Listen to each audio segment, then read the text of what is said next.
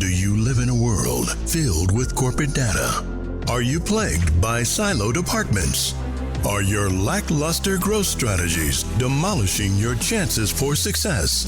Are you held captive by the evil menace, Lord Lack? Lack of time, lack of strategy, and lack of the most important and powerful tool in your superhero tool belt, knowledge. Never fear, HubHeroes. Get ready to don your cape and mask, move into action, and become the Hub Hero your organization needs. Tune in each week to join the League of Extraordinary Inbound Heroes as we help you educate, empower, and execute. HubHeroes, it's time to unite and activate your powers. See, I hate it because I thought we were just diving right into the conversation.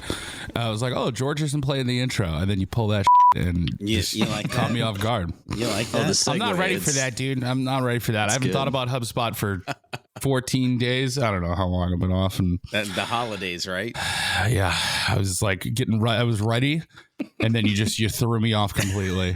Let's call it, guys. Try again tomorrow. Let's just try it again tomorrow. Another day. All right, bye, listeners. Bye, everybody. It's been good. Just later. Just kidding. So, how have you guys been? I missed you. I'm gonna be honest. I've give me 1 second here. No lack of snacks for this morning. No lack of snacks. No lack of snacks. I've racked up around 349 hours in Farming Simulator since we've last spoke. Brother. Jesus. Wow. Now, granted, there's sometimes where I just kind of like keep it on and walk away from it, but you gotta get those farm hours in. I got some hours in, 100%. Yeah, agriculture never sleeps, man. Jeez. No. Hey, you know what? We're just trying to grow better. Okay. Oh wow. We're just trying to grow better. Goodness. Really? Okay. Yep. Make it happen. That's the vibe of 2025. That's what we're.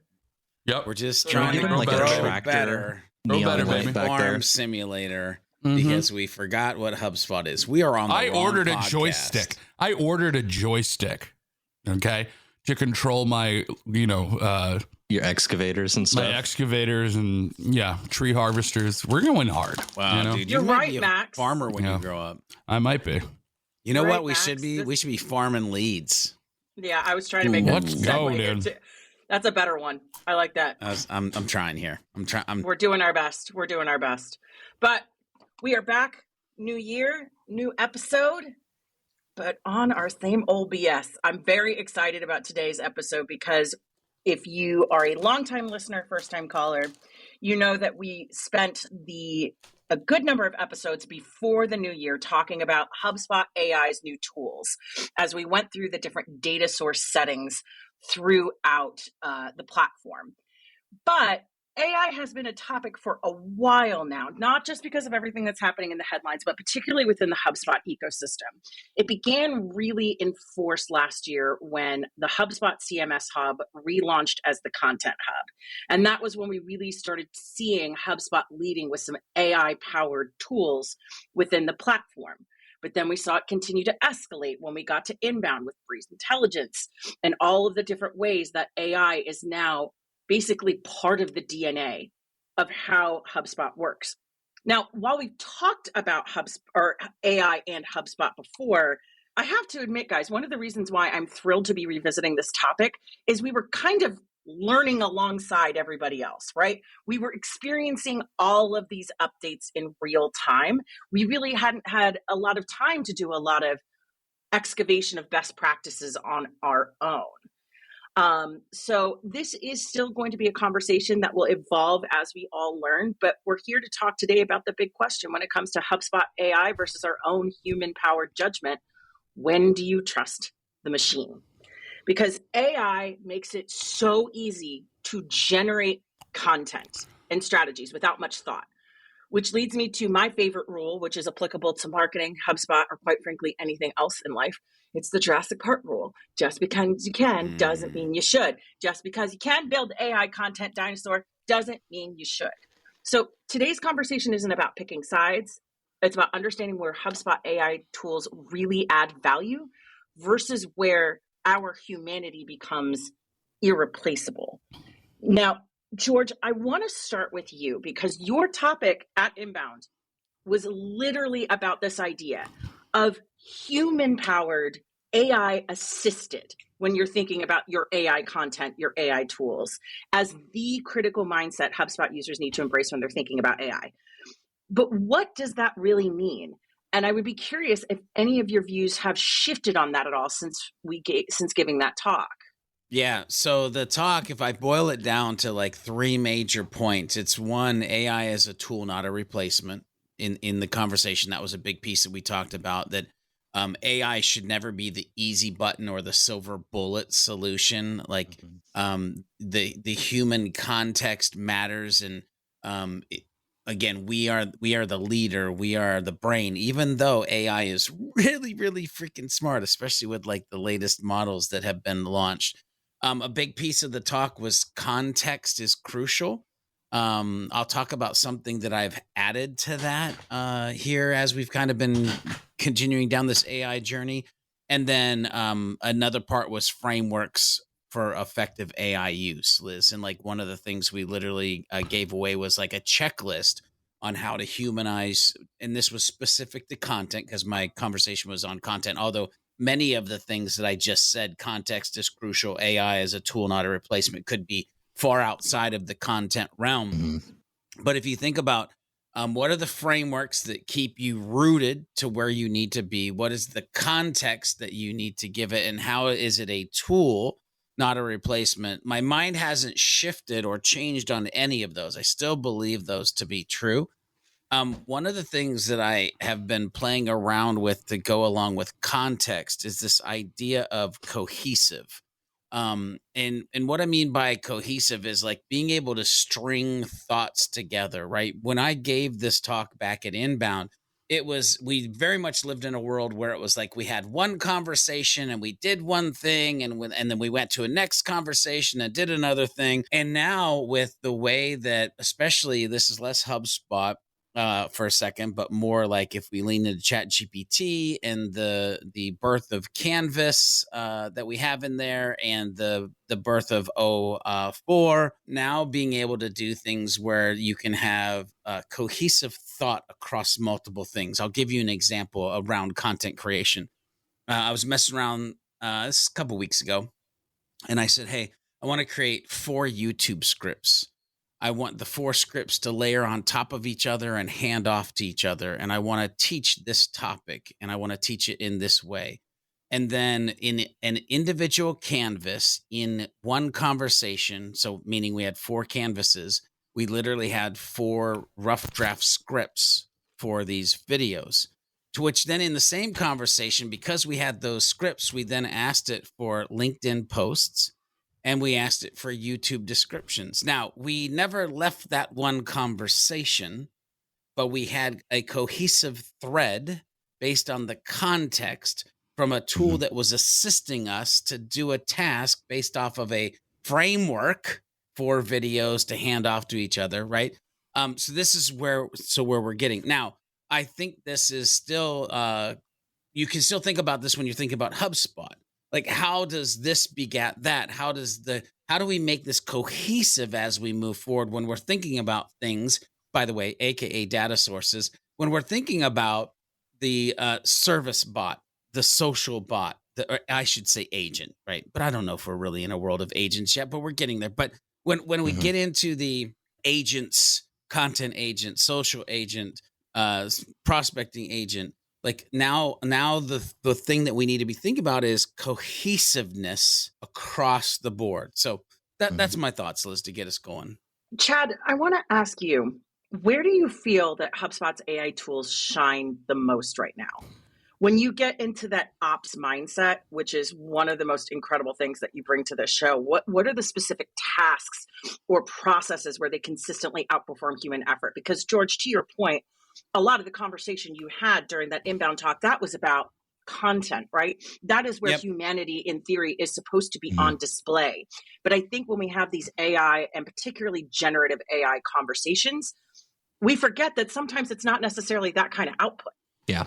Yeah. I mean, for me, when I'm looking at where HubSpot's putting AI in what I often do, a lot of the ops integration, connecting system type stuff, it's not really there for me and what I would do yet, meaning like inside of a workflow, I don't have, unless it's a third-party tool, some sort of AI function. But where it is very, very shining is in the scenario where it's augmenting people's daily manual tasks. So maybe the thing that I would build is something to properly task humans to do something, or to make sure that they're aware and trained on when their sales meetings are coming up. And then you can use the AI meeting prepare, and bam, it will look through all of the notes on the company record, and it'll look through all of the previous meetings and all the last calls. And you can ask it for like a sentiment update in Breeze. Like, I mean, that's pretty amazing. Being able to like just parse through all of that information in an easy to digest manner to get you ready for your upcoming meeting. That's pretty awesome. Like, but when it comes to like getting it to do tasks for you automatically, you know, that's, I think, a little bit where we're not quite, you know, it's not built into that point yet, because I think they're still making sure the guardrails are up longer for a season where you're confident that you're actually going to be able to have that framework that George is talking about in before it starts trying to offload a whole lot into, well, this one part of the process can be done and saved and logged into a property or something like that, right? All with AI, right? It gets a little bit more difficult there because we want to make sure it's doing what we need, and we have all of our own business guidelines and guardrails to be able to put in so it can do what we want it to every time. Max, what about you? Where do you see HubSpot's AI tools shining? You know, again, for me, being the guy who's always, constantly championed the idea that content is what runs, you know, the entire inbound machine that you create. Like, I think a lot of that, you know, in terms of like where it shines the most is really just the assistance around that content creation stuff. And I think like even when you talk about, you know, the content creation, and I'm thinking specifically about like written word here, right? Like, yeah, all the, you know, I forget what everything's called now because I've been on break for so long. All the, content remix stuff is like super cool just from like a time saving perspective and content reuse perspective. I think that's really great because it can really amplify what a marketer is doing. But, you know, even just where it comes into something as simple as like, you know, assisting people who just aren't great at writing. You know what I mean? I'm not good at writing at all. Right. And like when I write emails, I write long emails, right? So like you're that guy? Having some, totally. Because I feel like I have to explain every single thing. I want to leave no room for questions. Like I want to leave nothing to the imagination. I always, you know, I tend to be someone who like over explains things, right? And for me, it's really great to have tools that help me like shorten that message and make it more concise and fix all my terrible grammar and punctuation and like all these other things. I totally do that. Like, here's an email. Please make it 75% shorter. Yeah. And even just that, this is something that's like great for salespeople to have. Like, I'm sorry, I've gotten some really poorly written sales emails before. Yeah. Right. And, you know, especially, you know, from SDRs and BDRs fresh out of college that like don't really know how to write emails well. Right. So like even having something that's like acting sort of as like a glorified Grammarly, like in your CRM, just to be like, hey, you know what, there's a better, you know, more professional or, you know, better way to write what you were just trying to write to that person. You know what I mean? I think having that is great just to like kind of improve the output quality of their content, quote unquote, that like a salesperson's creating. Because if you think about a salesperson, their content creation is their outreach, their communications, their emails, their this, their that, right? I think it's really, really great for that. And I think it really falls in line with, you know, all the other sort of like time-saving stuff that like HubSpot's built over the years to make salespeople's lives easier, right? You look at things like sequences and templates and, you know, all these things that are just meant to, you know, help automate those repetitive tasks that you have. Well, it's like, hey, now the task of creating that thing in the first place, it improves the quality of, right? Not just reducing the amount of time you're spending on it, right? Which also, yeah, you could make an argument it's reducing the amount of time you're spending on proofreading an email or just making sure you're wording something correctly, right? But it's also, you know, it's going to fix up your sentence structure and it's going to make you like write it like someone who knows how to be a wordsmith on a keyboard, right? And I think that's going to be great for folks that want to focus on selling, not focus on relearning how to, you know, compose the English language in a professional and good quality way, right? It's interesting, Max, because you're listening to you, my brain goes in two directions. One, for all of you listening to this, if you have access to Remix and you haven't actually gone back and like used it in a while, I would go back and try it again because it has had a little bit of a facelift and also like some additives under the hood.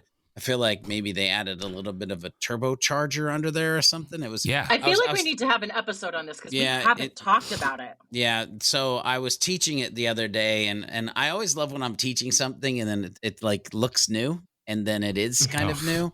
Because it's like you have to be good at like, I'm just going to act like I've seen this 100 times and we're going to teach it together and learn it together.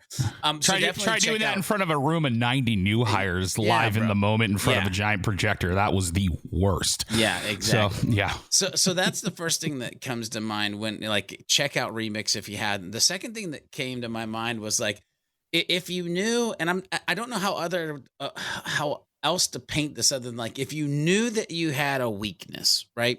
So I'll pretend for a second that I'm not a very empathetic human. And I understand I'm just not very empathetic. I'm very matter of a fact, right? Like, here's the facts of the matter. If I realize like I'm that type of person, I can see where this gets real interesting to be able like, can you please take this email and add a slight bit of empathy to it? Or add a slight bit of excitement to it? Or add a slight bit of urgency to it. Mystique. Like whatever it is, right? So like add a little human razzle dazzle. A little demure. Yeah. Like, give it some zhuzh. Give it a little zhuzh it up a little bit. No, but I'm being dead serious here, right? Like think about and by the way, if I was a sales guy, which I kind of am, but if it was like my full-time thing and I knew that I had to create like these dope emails, I would probably do what I'm saying for the same email. Like, and I would look at the 6 or 7 different ways. Well, what does it look like if it's written with empathy or if it's written with urgency? Or what if I did a happy mix of the two?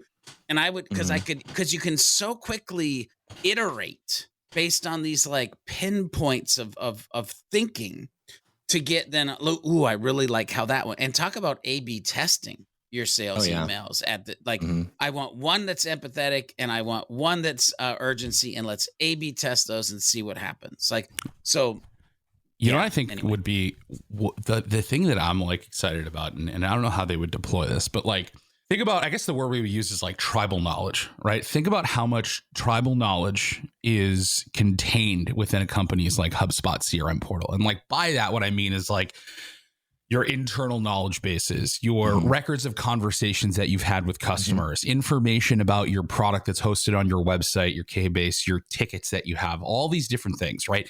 Yeah. If you think about it, your CRM is like this giant repository of information on how you've answered people's questions and ways you've solved problems, right? Through all this stuff, right? Like, it's so cool because I think like HubSpot one day with like their AI stuff could have this whole like, I mean, they'll probably call it something different, but essentially this like tribal knowledge engine, right?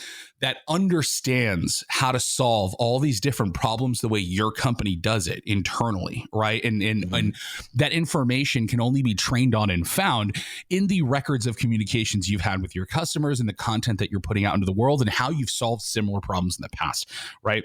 Like imagine a day where like a ticket gets created and when you go onto that ticket record or that conversation or whatever, right? The AI is able to say, hey, this looks really similar to a ticket that Jeff B solved back in a couple months ago. And like, this is how they came to, this is how they figured it out, right? Maybe this is something similar, right? And it gives you, instead of you going, let me search my search bar to see if I can find any like tickets that are something similar, right? It links you to like, hey, here's an example of someone solving this problem for this other customer, right? Like that is going to be completely, I don't want to say game changing because I hate the word game changing.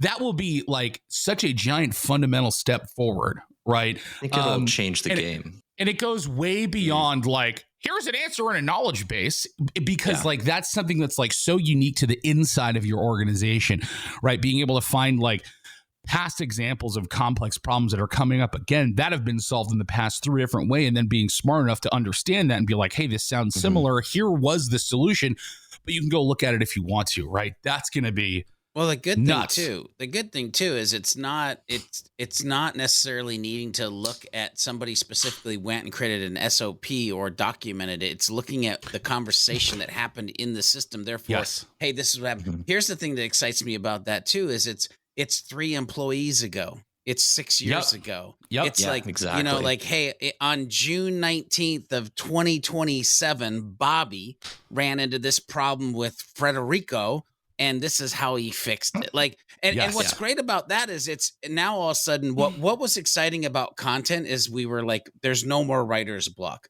There's always a beginning draft. You have an idea and at least you have a place to start. Now, when you're talking about fixing people's problems, you have a place to start because you see the finish lines of where you're trying to go with this human anyway. Yeah, I'll even take it a step further, George, because one of the things I really like about it, it reminds me of human nature, right?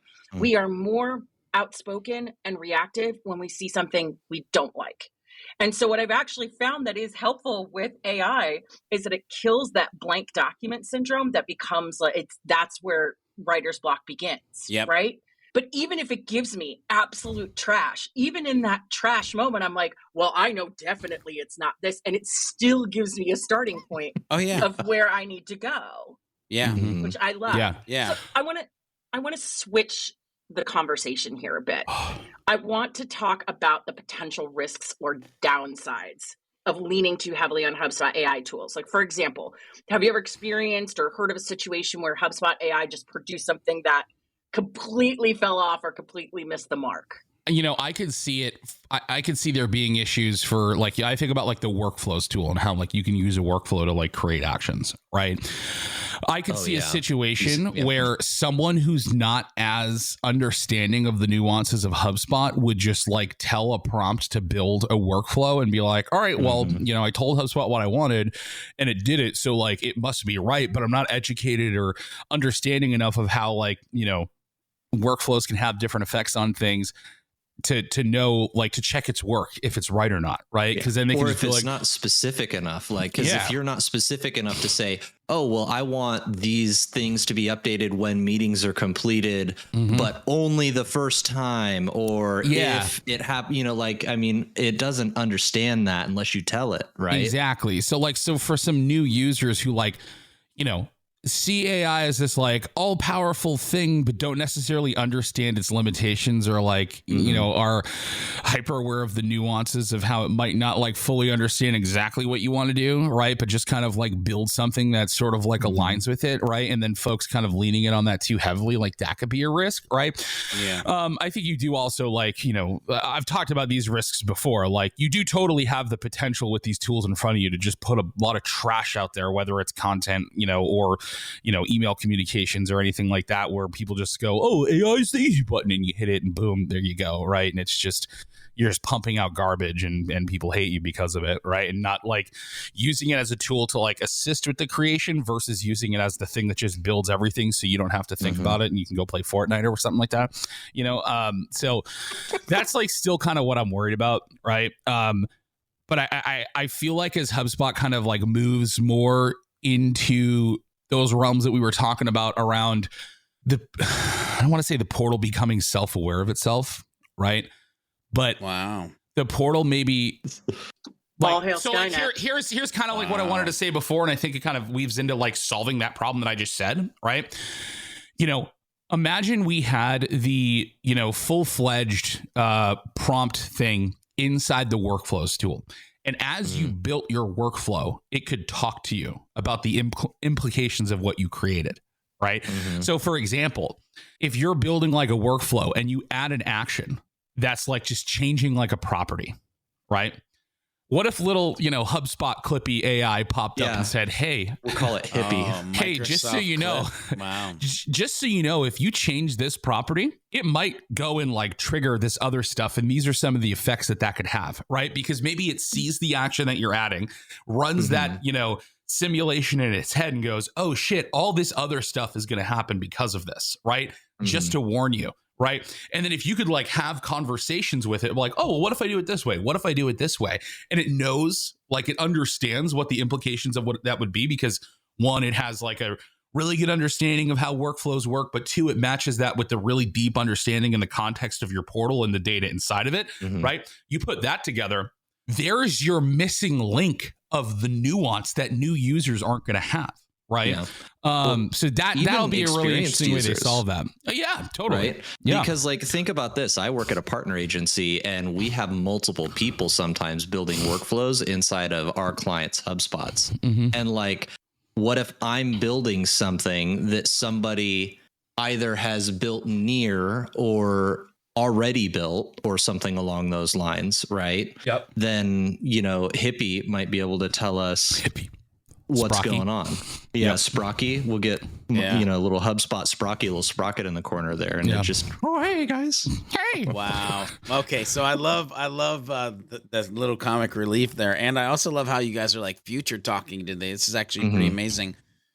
I have to be honest with you. I have seen where, let's just say reporting gets a little because the AI reporting, I literally teach it this way. I'm like, hey, it's there, play with it, but be careful. Yeah. And I know there'll come a day when that isn't true. But again, you guys went to workflows, which is one of most mere mortal HubSpot users' Achilles heel, is the workflows tool. They feel it's difficult and it's confusing and it's changing, and it's the other Achilles heel is reporting. And so if you're looking for the biggest return, you're well, let me just have AI do my reporting, which is an opportunity for a disaster. Again, if you don't know the specificity and the actual formula or framework of question to insight to data points and all the underlying pieces.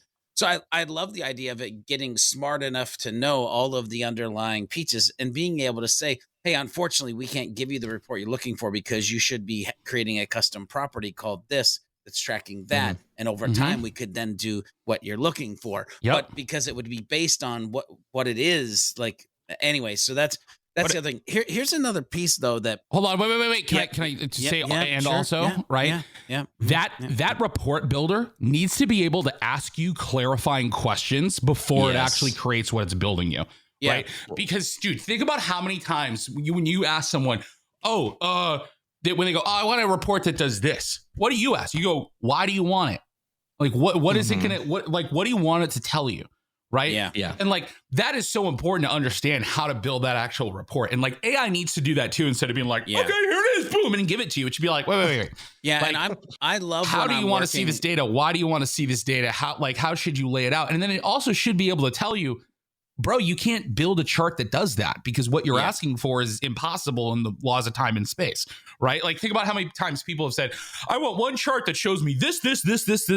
And you're like, no, I would always say, draw that for me. And they go, oh, I can't because I didn't realize that was impossible to represent on a graph. I mean, that's what AI is going to need to do in order to, 1, train people to be better report builders, right? But 2, generate reporting that's not trash, right? And that's true of anything. Yeah. That idea of I think that reminded me of conversations I used to have. This is going to sound strange, but my graphic designer I used to work with, she said, I used to get really frustrated when people would come to me telling me exactly how to click a button or design something instead of telling me what problem they're trying to solve. Exactly. And I think we're seeing something similar here, which is there is an assumption on the part of these tools, which makes sense. This is the beginning of these tools, and we talk about that a lot.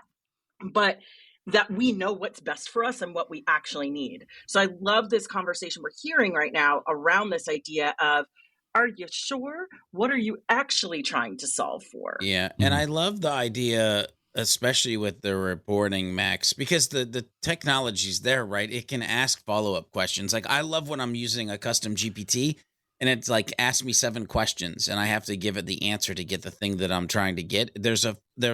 Again, it comes back to the context, right? And with reporting, it asking you 5-6 questions and then trying to build a report would be so much better. But here's I think the thing. A wizard would be cool. A wizard to set it up that takes, because what's a report? It's trying to answer a question, right? And so that's the whole goal of a report, is to answer somebody's question. And it should basically start by saying what question do you want to answer? And then ask some clarifying questions and then take a stab at it. Yeah. Just like when somebody submits a ticket and they go, I want blah, blah, blah, right? But here's the thing that I think is going to be the Achilles heel of AI when it comes to custom properties, trying to build your report. Public service announcement. If you're creating custom properties, put a description and an intelligible name. Yeah. Don't make it the damn question on the form. Yeah, wow. Yeah. Because otherwise AI's never going to know what the frick's in that property, right? Yeah. How's it supposed to know if you don't tell it either a good name, and B, what happens in there? Yeah. Dude, it's almost like it needs this like AI intervention engine, right? Yeah. Where it sees someone doing something stupid in HubSpot, like a comment. Help me help you. Yeah, it pops up and goes, are you sure? Hey, dude, are you sure you want to do that? All right. So it just needs to send them memes. Yeah. So now we need Jerry Maguire. We need Jerry Maguire in HubSpot. The easiest thing is like when you're building a form and you hit create new property and it realizes you're asking a full sentence question, it should just immediately pop up and be like, no, don't do that. It looks like sales is trying to find out where all the revenue is. Do you need help? Here's something I want to hit on though, because Liz, ask your original question again.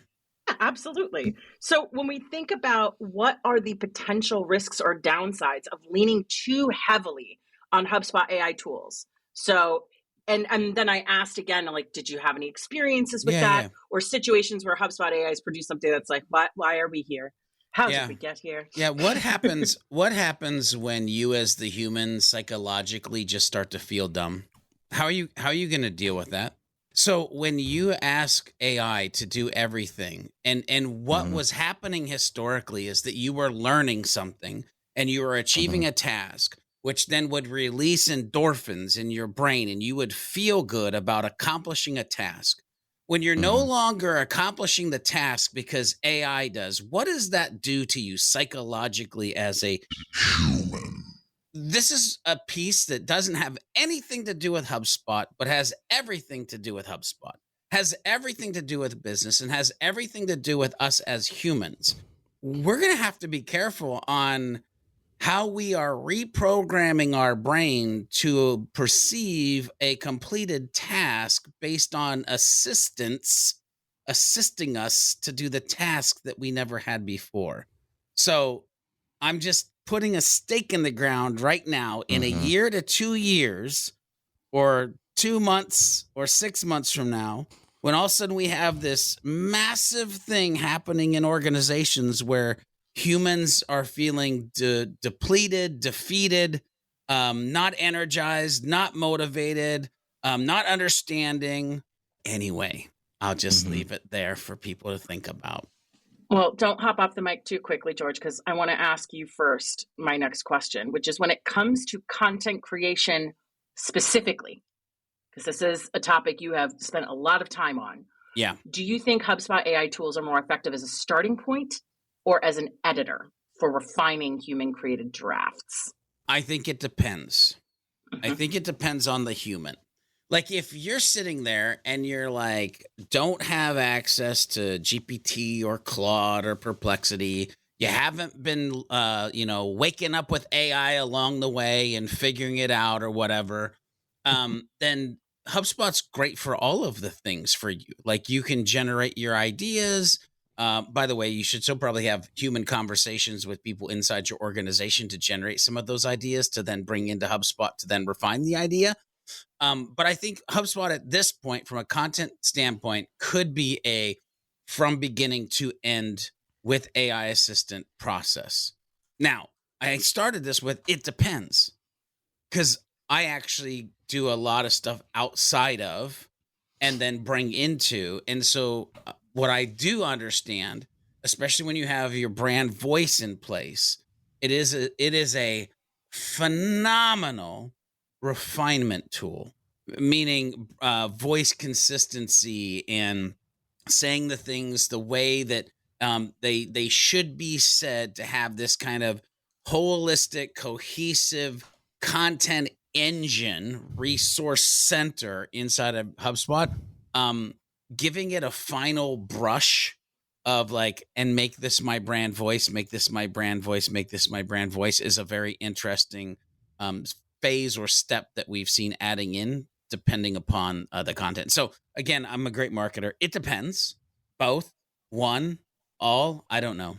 Well, the other thing too, though, is that as you get more comfortable with the tools and as you quite frankly become a more sophisticated content creator, you probably have a little bit more flexibility, right?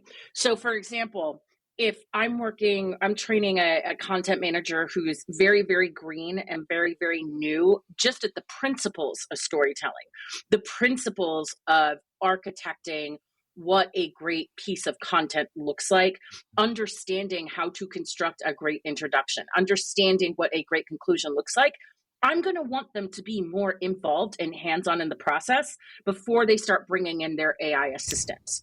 What I would probably do, though, I would have them start learning how to use AI on the back end, right? One of my favorite things to do is, hey, this was the keyword I was attempting to optimize for. Can you just take a quick look and see if I maximized all those opportunities correctly? Or did I miss anything glaring? Or helping them integrate it into other pieces of the process. I think there is this idea, and I will admit, I perpetuated this, that I'm against using it at the front end and only more at the back end when it comes to where AI fits into the content creation process.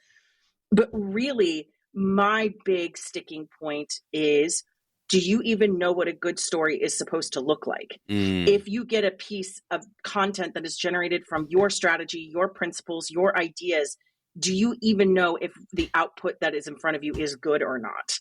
Do you understand what should be changing? So that's the only thing I would say there, is that it comes down to your level of sophistication as a storyteller. And that will greatly sway your inputs and your outputs. Yeah. See, I agree with everything you said. What I hope people understand, though, is like, here's what I love about where we live right now. I think every human can look at a piece of content, and I'm going very content specific here for a second, and be like, yep, that's a turd. Nah, I don't like it. And so then you're like, well, okay, I know I need to probably add a little bit of storytelling to it. I need to add a little bit of this, a little bit of that. Here's what I love. I love the fact that you can still Google, and you can still grab 3 or 4 links. You can still read the material. You can still educate yourself, but then you can educate the machine, the assistant that you're using on those things that you're doing. And so even your turd, after you educate yourself and you educate it, you can be like, hey, can we try to rewrite this, but based on the things that we've learned together in the 6 links that I've uploaded with this, that. Because now you can, and this is going to sound gross. But now you can mold that turd into something better. Could we just go with clay or something? Well, but clay is like a canvas that you could do anything you want with, and we know we're starting with a big old turd.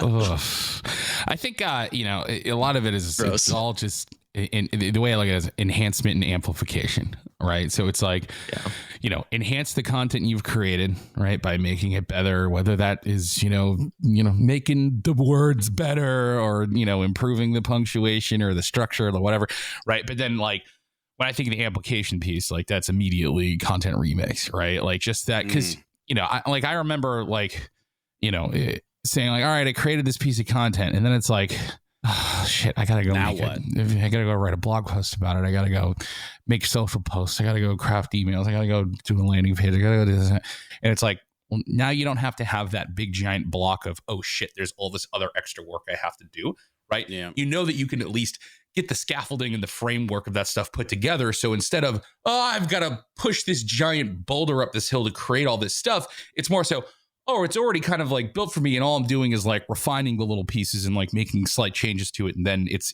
out there, right? But it's all derived from your original content you created, right? The other thing too that I think is like great for like a starting point, like I think, when we kind of talk about it being a starting point, like there's saying like you look at something like a blog post, there's a big difference of generate an outline for me, and then I'll add the original content into it. So I have this like structure instead of having to, again, push that boulder up the hill to like create, 0 to something else, right? Which is what gets a lot of people's way when they're really just kind of going out and starting and trying to create content, right? The other option is generate the whole thing for me, and I don't think about it and push it out there. Like it's, when we say starting point, I think we're saying like starting point for you to make it easier for you to create something original, right? And you get rid of all those mental blocks you might have around how hard it is to go from 0 to 1.0 on a piece of content, right? And Max, what I love about what you said, and by the way, I'm always more of like an outline guy and then go from there, because here's what's fun about outlines. You can be like, okay, I love this outline, but can we also add this and this to the outline? And then you can be like, you know what? I talked about this on a client meeting. Let me go ahead and get a transcript of that. I actually talked about this in a PowerPoint. Let me go ahead and grab that. Talked about this over here. Let me grab that. And now you can collect stuff that you've historically done anyway, and you can upload it and be like, based on the stuff that I've uploaded in the outline that we've created, let's build a rough draft from that. Yes. So it is your brain. It is your words. It is like, and you're just reducing the mental lift to get there, right? Yes. But then the other thing too is like when you have AI go and generate an outline for you, right? And you go, okay, yeah, this is the stuff I should be talking about. It also makes it that much easier to be like, oh, here's some of the things that it probably missed. Right? Because you're seeing what it created as an outline. That's giving you inspiration and making it easier for you to think about the other stuff that you should put in there if you are going to mention these, X5 things, like whatever it may be. Right. So, it just, again, I think reducing mental lift is good, right? Mental health is important, right? And obviously like reducing your mental lift to create content is going to make it easier to create content. Again, like you're applying a lot of leverage with AI, right? So I think it's important to think about it that way. Two things I want to throw in here. One of the questions I love to ask before I actually move forward past the outline is there anything else I should know about, think about, or train around this conversation, and see what it spits out? It's amazing to go down some rabbit holes with that. But second, as we do many times on this podcast, we dove into the content side of the world for this. And so, Liz, I would be remiss if I didn't talk about another thing that happened back at Inbound 2024 that was in the presentation. We talked about a content editing checklist, going back to like humanizing your content and AI being the assistant. Maybe talk the listeners through that, because I don't know if we've ever really shared that whole checklist on here. But if they are listening to this, they are like, oh yeah, outlines, and oh yeah, these things. Like, talk about that whole piece of this to kind of give them a framework to follow. Yeah, absolutely. When I think about any piece of content that I'm editing, what's funny is the checklist I'm about to share, we built it and developed it and launched it to go in tandem with these AI tools. But that's actually just enabling us to automate or to apply structure to a process I was already using before AI even existed.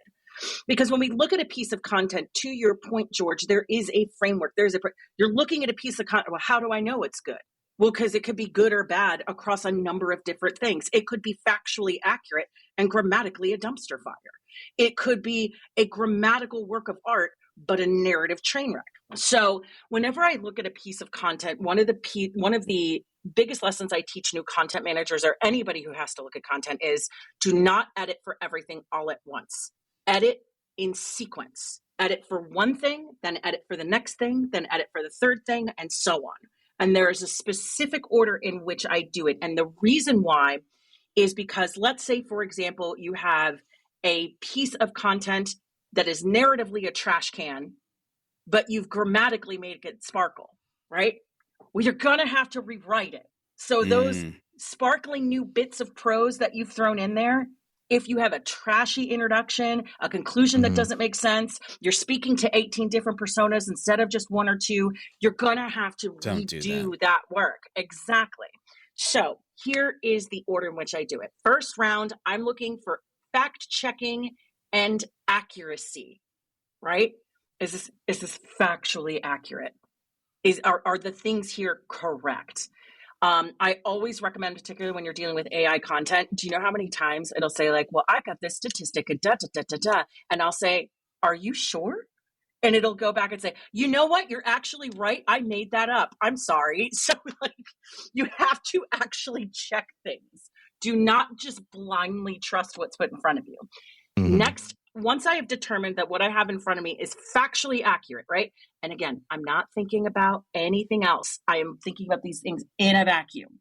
Only then can I start taking a look at readability and engagement, right? How can I simplify the language for clarity and impact? How can I guarantee that I am speaking at the level of the people I am trying to reach, right? So molding the turd, shaping the clay, it's stuck. right?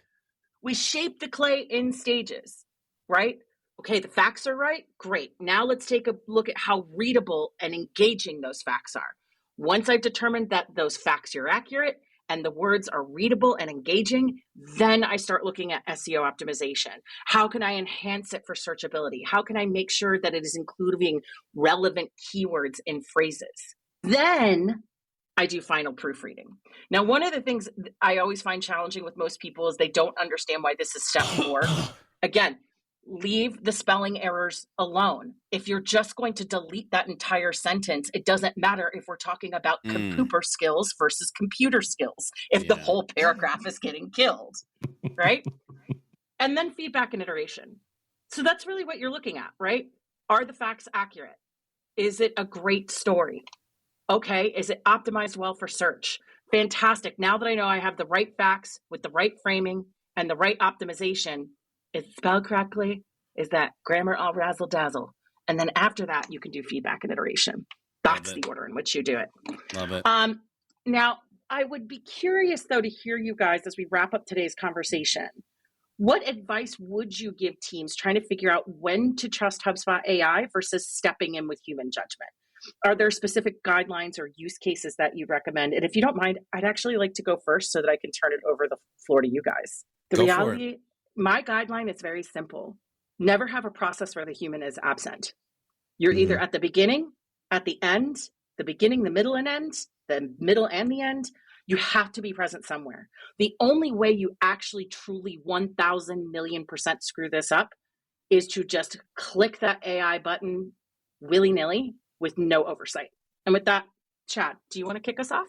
Yeah, I mean, for me, I think it goes back to the old adage, just like you're saying, trust but verify, right? I mean, it's like, I don't think you could really say it a whole lot better. Like, yeah, let's do it, but let's, put people in the process. I really, in some, like there are some things that are a little bit more process driven, like the Ops Hub data cleanup stuff, some of the AI driven contact duplication detection stuff, even some AI associations. Like there's AI, I think called a ticket association feature in HubSpot to like try and figure out which calls are related to a ticket based on the content of the call and things like that exists and has existed for quite a while. I mean, those kind of things, they're more operational. They're less, being presented to people. The only real people it causes problems for is the HubSpot admin. if it does, so, I mean, I would say like, you could maybe worry a little less about those kinds of things. It's like all it's doing is capitalizing first and last names. And, somebody has to verify that there is a human with duplicate contact or detection, right? Where you're accepting or rejecting the merges and moving data from spot to spot. By the way, if you guys haven't checked out the new UI for contact merging, it is sick. Like you can get in there and tell it, I want 2 properties from this contact and 3 properties from this contact. And then I want it to go into that one or this one. Like it's pretty cool, like some real cool UI changes to that compared to what it's been in the past. But yeah, like they're putting people in the process, I think, where it makes sense, and trust but verify. That's my advice. Max, gentlemen, don't be so shy. I was also going to say trust but verify. It's. Are you trusting but verifying Chad's trust but verify? I would say like he's just verifying. I don't know the way I would put this. Right. What should go through your head, I think, when you generate a piece of content using AI, you should just assume that it doesn't know anything about the subject matter and verify it, right? Because it's very possible that it will just say some shit that's completely wrong, right? And totally made up and, incorrect, right? I'm not saying it's gonna do that. I'm saying when you write content with AI, all of a sudden you become an editor, not a writer, right? You gotta be the editor, right? And you gotta you can trust that it put together a nice piece of content for you. You should assume that it doesn't know shit about the subject matter, and you should verify that what it actually outputted for you is correct, real information, right? Because one, people are already starting to easily be able to like pick up and understand, oh, this is an AI written article, especially search engines, right? But two, the last thing you want is them consuming the content and you're giving bad information, right? And making yourself look stupid because the AI just kind of gave some like milquetoast take on some sort of like, subject matter, right? And all of a sudden, for people who don't know that, oh, this is an AI written article, right? They're reading some junk from you that's either incorrect or not good, right? So yeah, you can trust that it's going to create some content for you. Verify that content is actually good and informationally sound. Yeah, interesting. So the way I'll answer this question is if you deem that there is some emotional intelligence needed or some strategic direction that needs to be laid down, it's all about the humans. If you're looking for a place where you're trying to enhance speed or extrapolate scale, then it can be about the AI. Bottom line, if I'm going to throw a divider out there, that's what I would want you to think about. Emotional intelligence, strategic direction, human, but then leaning into speed and scale through the AI assistant. George, you're not off the hot seat just yet. Yeah. Help us land the plane. Take us home. Yeah, this one's easy. He's good at that. Yeah. Tell us what that one thing is. If we forget nothing else from this conversation except one thing, what should it be and why? Yeah, without a doubt. Listen, Chad talked about the new merging UI. We talked about how Remix is different. We talked about, there's different AI platforms and should we be doing things just in HubSpot. We talked about how there's going to be different agents that you can there's a lot, ladies and gentlemen, there's a lot. And so we are definitely in a world where the thing that I would want you to take away from this when we're talking about AI, HubSpot AI versus human judgment, is experiment and learn. Experiment and learn. Be curious, test different approaches, refine, reiterate, refine, figure out what works best for your business in a world where you can do almost anything you want to do at the light of speed. But I'm going to end it with what Max said. If you're doing things at the light of speed, it's stupid if you're making yourself feel stupid or look stupid. Why is he saying it like that? Why are you saying it? Why are you saying the light of speed? Speed of light. Oh, whatever. If that's the last thing they take away. We're verifying here. We're going to verify. Speed of light, light of speed, whatever. Okay, Hub Heroes, we've reached the end of another episode. Will Lord Lack continue to loom over the community, or will we be able to defeat him in the next episode of the Hub Heroes Podcast? Make sure you tune in and find out in the next episode. Make sure you head over to thehubheroes.com to get the latest episodes and become part of the League of Heroes. FYI, if you're part of the League of Heroes, you'll get the show notes right in your inbox, and they come with some hidden power-up potential as well. Make sure you share this podcast with a friend, leave a review if you like what you're listening to, and use the hashtag HubHeroes Podcast on any of the socials and let us know what strategy conversation you'd like to listen into next. Until next time, when we meet and combine our forces, remember to be a happy, helpful, humble human, and of course, always be looking for a way to be